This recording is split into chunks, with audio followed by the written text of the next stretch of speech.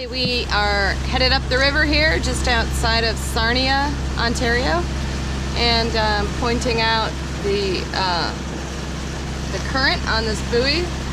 It's at least 3 knots going in the opposite direction of where we're going. So you can see our speed through the water over here on the lower panel is 6.4.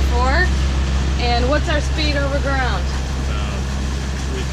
About 3.9. So we have a lot of current, and I can feel us slugging again. So pretty amazing. We'll be going through a race up here where there's tons of water coming through this narrow opening for the bridge, and we're hoping Thalia has a lot of energy this morning and she can get us through here. It's about 5 minutes later than I previously took the recording, and I just wanted to show this this confused water here. It's flying down here, it tumbles into this small area. This is the rest of the bridge over here. We walked along the shore here yesterday and looked out, and there were so many boats. It was just really rough and lots of current, so we were a little nervous this morning, but it looks like we're going to do okay. But you can see, amazingly, even though we're going through the water at 6.3 knots, we are hardly moving on the ground. I'm holding the camera perfectly still, and we're basically just barely going through the water and not a lot else.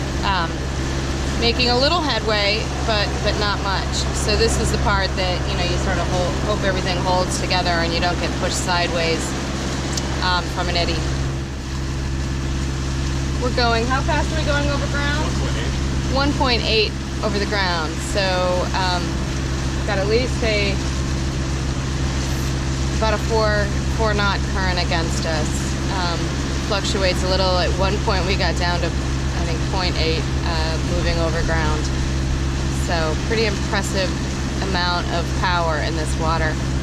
The lakes are all very high this summer. There was a lot of rain in the spring, and then there was also an agreement with the Canadian government to not have water go out of Lake Ontario as fast as it had in past years, and it was sort of a bad year for that agreement to go into effect, because this year they needed the water to go out faster because the lake levels were so incredibly high. But because the agreement was so long in getting into effect, they still stuck with the water level agreement that they had come up with Canada.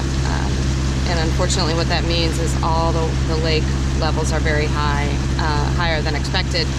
And then, you know, the runoff from Michigan and Huron is all coming through this opening here that we're going through right now. Okay, so we made it through. How you feeling there, Captain? Much more relieved. Yeah? What's our speed over ground? 3.7. Oh, 3.7, wow.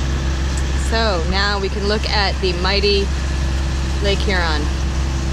So we can see barely the sides of the opening, but not a thing after that. It is a pretty huge lake. So we're gonna go about 55 miles today up to a place called Gutteridge, and I'll leave you with the lovely picture of the lighthouse as I close.